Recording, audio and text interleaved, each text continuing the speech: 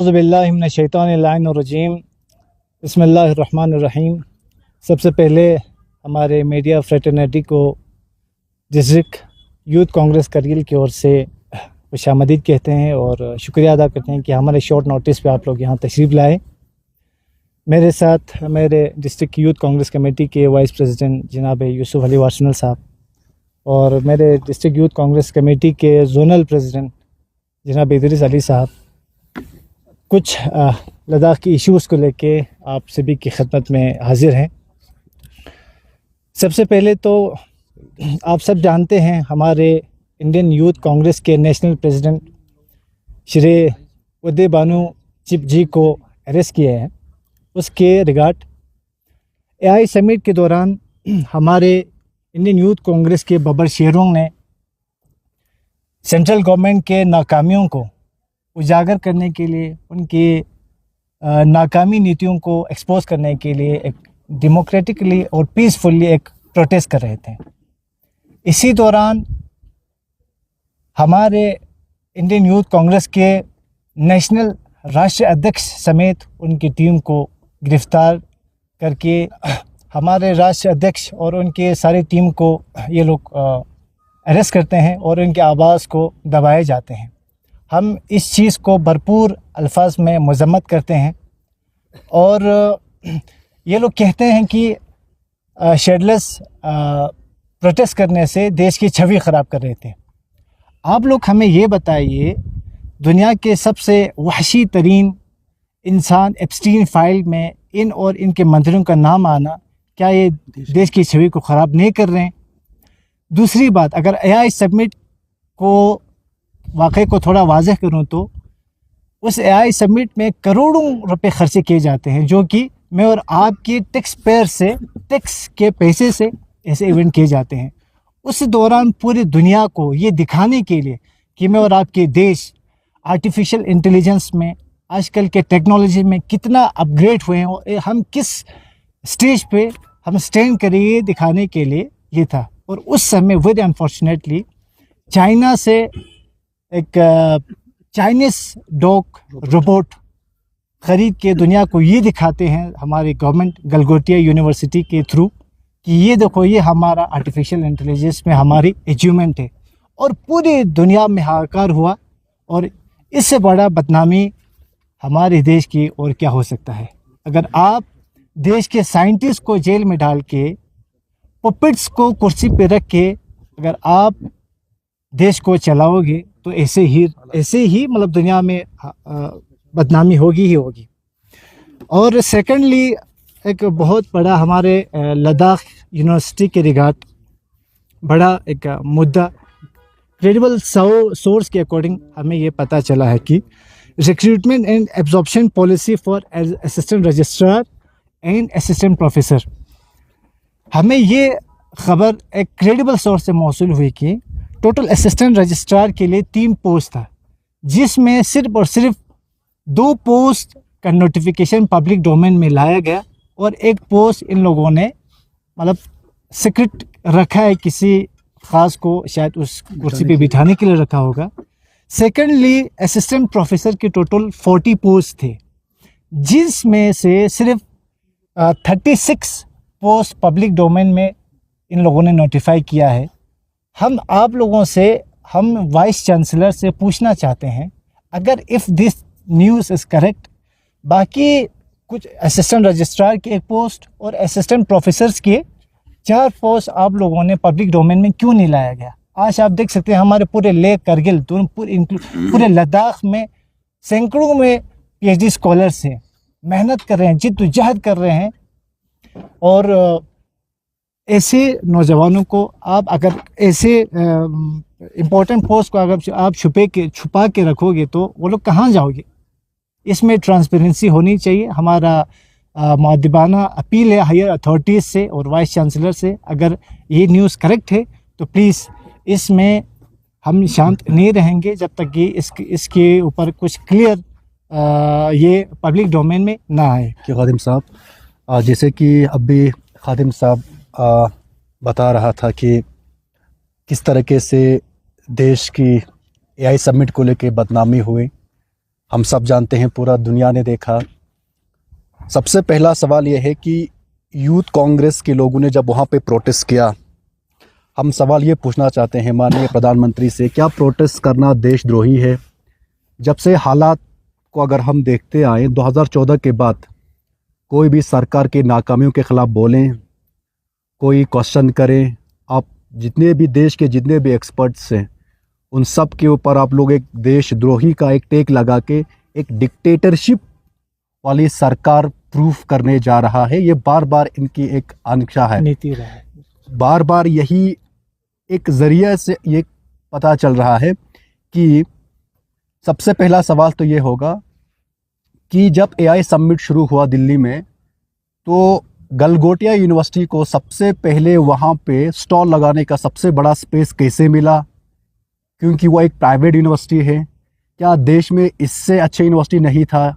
IIT, NIT, IIMs, इतने top universities और top technology, top software के इतने टॉप यूनिवर्सिटीज़ होने के बावजूद भी उनसे बड़ा स्टॉल वहाँ पे गलगोटिया यूनिवर्सिटी को वहाँ पे स्टॉल लगाने की परमिशन दी थी।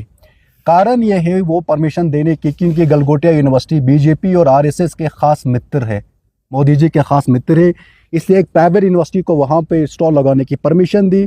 अब देश की बदनामी, वहाँ पे एक चाइनीज़ रोबोट को ख़रीद करके उन्होंने बोला कि हमारी खुद की आर्टिफिशियल मैन्युफैक्चरिंग है। इसके बाद जब पूरा देश ने जब उसके ऊपर सवाल किया, तो लास्ट में जाके एक एम्प्लॉयमेंट को, एक असिस्टेंट प्रोफेसर को वहाँ से गलगोटिया यूनिवर्सिटी के जॉब से निकाल दिया। इसके बाद देश की क्या निकम्मी है, वहाँ पे हमारी इंफॉर्मेशन टेक्नोलॉजी के मिनिस्टर की क्या रिस्पॉन्सिबिलिटी थी। पहले तो सबसे पहले वहाँ पे जब ये एआई समिट हुआ था तो वहाँ पे ये नोटिफिकेशन बिल्कुल नहीं था कि अचानक वहाँ पे प्राइम मिनिस्टर आने वाले थे। जब वहाँ पे ये फिर आप मानिए अश्विनी जी इमीडिएटली 1 घंटे बाद बोलते हैं कि प्राइम मिनिस्टर के यहाँ पे विजिट होने जा रहे हैं। इसके बाद सारे वहाँ पे जो स्टॉल लगे थे, जहाँ पे जो इंटेलिजेंट आर्टिफिशियल्स लोग, इंजीनियर्स लोग जो जब वहाँ पे आए हुए थे उन सबको बाहर निकाला, बद से बद इंतज़ामी हुई, वहाँ पे सामान चोरी हो गए।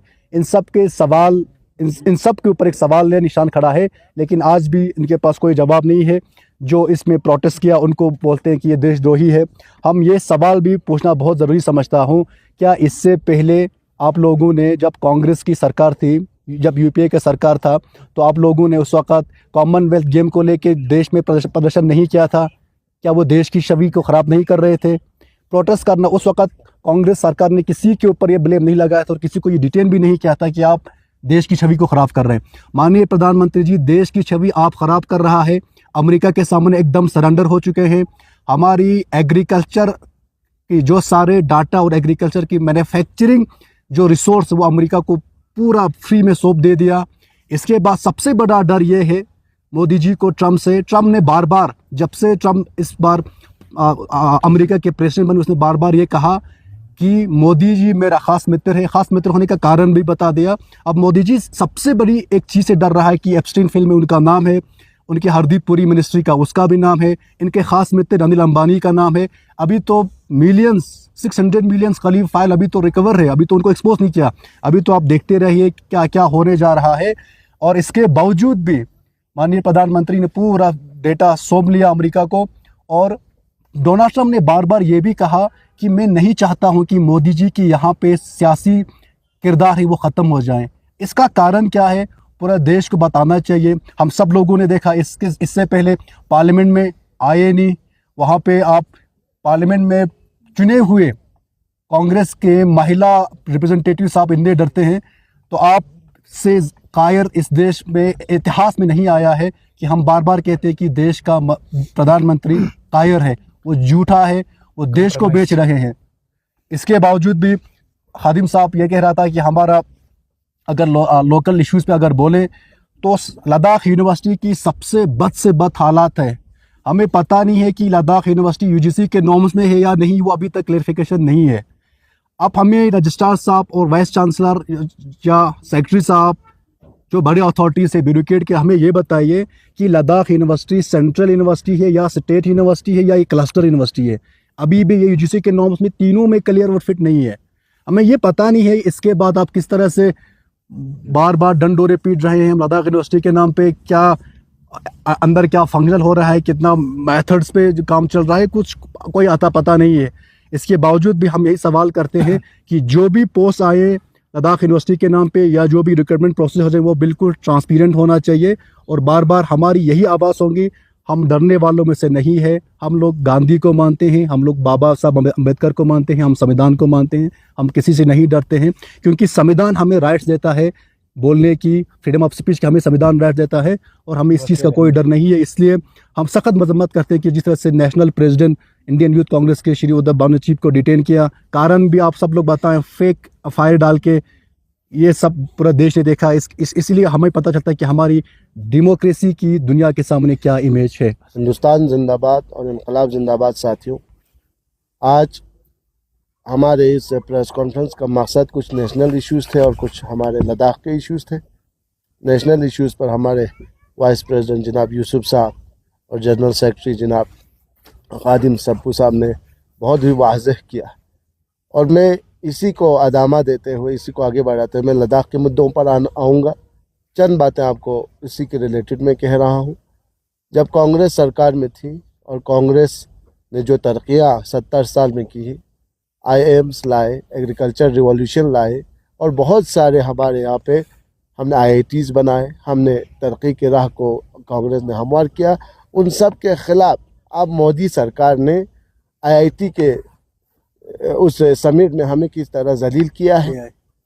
हाँ, इसी तरह हमारे एग्रीकल्चर रिवॉल्यूशन जो हम यहाँ से एक्सपोर्ट करते थे उसको, उस डाटा को अब अमेरिका के हाथों हम सरेंडर हो चुके हैं।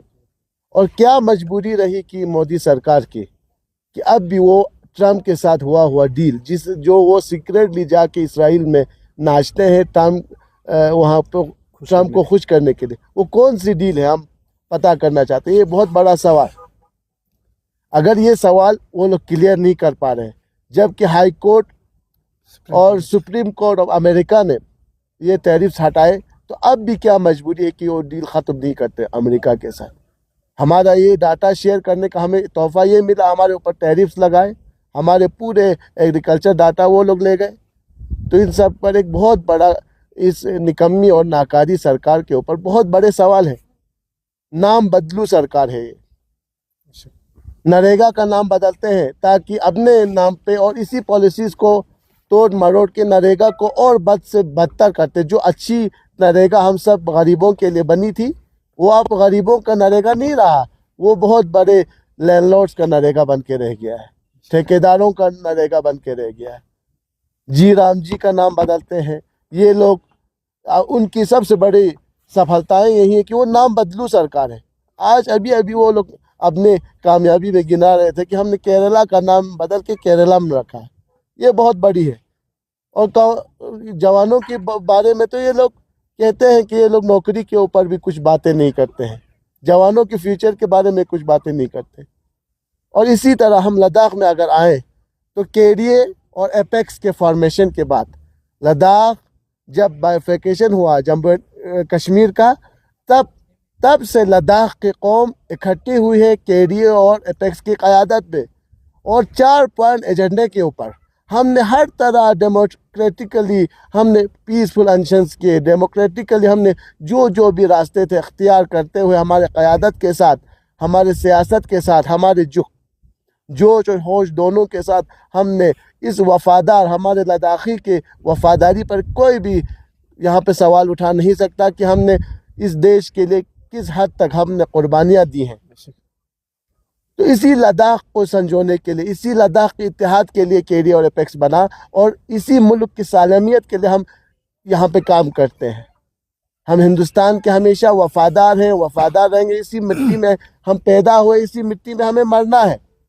लद्दाख की सालमियत और हमारी हिंदुस्तान की सालमियत के लिए हम लद्दाख के अवाम के 4 पॉइंट एजेंडे को लेके KDA और एपेक्स के साथ शाना बशाना खड़े हैं। हम पूरे लद्दाख के अवाम से ये अपील करते हैं कि आप अपने फ्यूचर्स के बारे में, आप अपने 4 पॉइंट एजेंडा में आपका पूरा शिनाख्त छुपा हुआ है। ये पूरे लद्दाख के बाशऊर अवाम जानती है। पूरे लद्दाख की एक फर्द, बाशऊर फर्द इस 4 पॉइंट एजेंडे को सपोर्ट करते हैं, KDA एपेक्स को सपोर्ट करते हैं। और जो यहाँ पे अभी एक माहौल बन रहा है केडी और एपेक्स को तोड़ने का, लद्दाख के इत्तेहाद को तोड़ने का। वो लोग ये नहीं जानते, जब लद्दाखी करने पर आते हैं तो करके भी दिखा देते हैं। इस इत्तेहाद को तोड़ नहीं सकते किसी भी, चाहे वो हमें सियासी तौर पर हमें बांटने की कोशिश करे, चाहे मजहबी तौर पर बांटने की कोशिश करे, चाहे किसी भी शक्ल में आके, हम बंटने वाले नहीं हैं। हमने आज तक दिखा दिया है कि इत्तेहाद के साथ हम कहाँ तक कामयाब हो सकते हैं। इससे बढ़कर हम 24 सितंबर की शहादतों को नहीं भूल सकते, उनके जख्मियों को कभी नहीं भूल सकते, वहाँ के डिटेनीज को नहीं भूल सकते, जिसने इस लद्दाखियत आइडेंटिटी के लिए, लद्दाख के 4 पॉइंट एजेंडे के लिए, जिसमें से 2 अहम ज़रूरी बातें हैं। इस इत्तेहाद को तोड़ने वाले लोग कहते हैं कि स्टेटहुड के बारे में मुझे खुद को पता नहीं है। वो लोग बेट के खाल में बेड़िया है, चाहे वो सियासी कोई बंदा कहता हो, चाहे कोई रिलीजियस बंदा कहता हो, उसका हमारे लद्दाखी कौम से कोई सरोकार नहीं, क्योंकि वो लद्दाख के अहम मुद्दों को नहीं मानता है।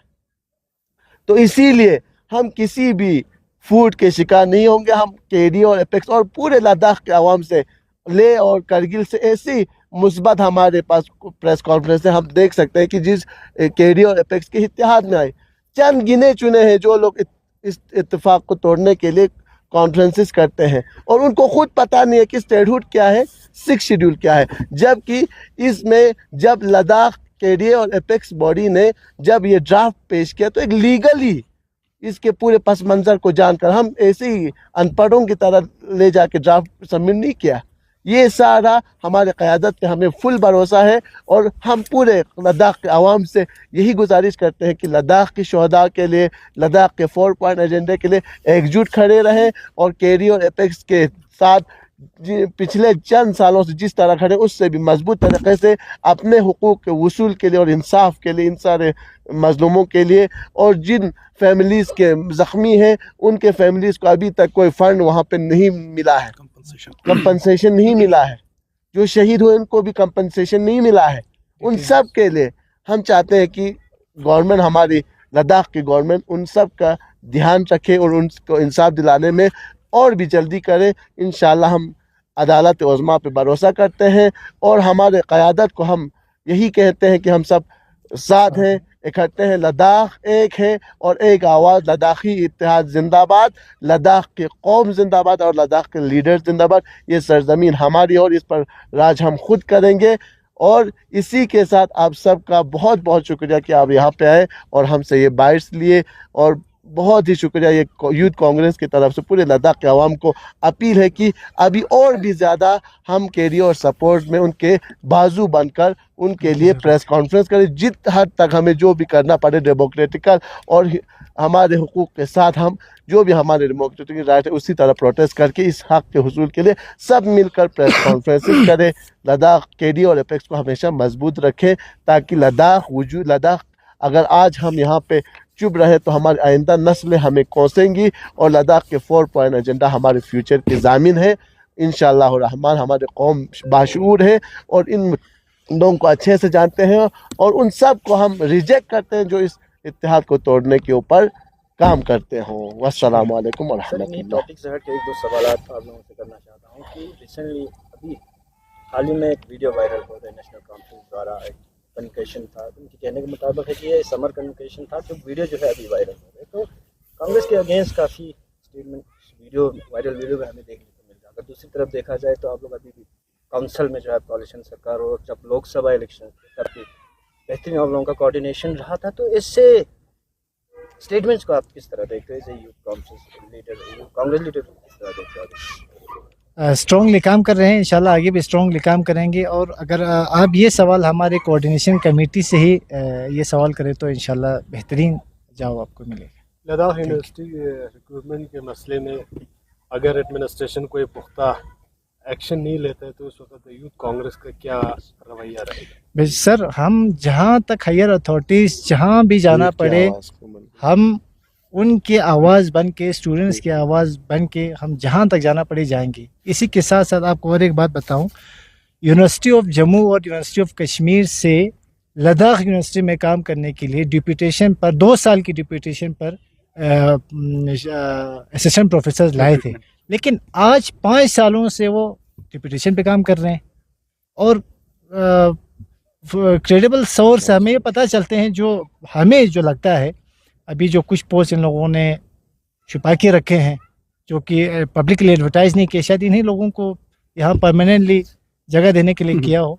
तो हम इस हमारे यूथ कांग्रेस का नज़र हर जगह है, और इंशाल्लाह जहाँ तक जाना पड़े हम किसी से डरेंगे नहीं, जवानों के साथ हैं, बेरोज़गार जवानों के साथ हैं, हम आगे उठाते रहेंगे। Recently high powered committee meeting होता है एमएससी के साथ, तो उस वक्त कुंजस डोलमा का जो रिएक्शन है उसको आप लोग कैसे देखते हैं? सर, इसको मैं एक ही वर्ड में जवाब अगर दूं तो ये भेड़ के खाल में भेड़िया है।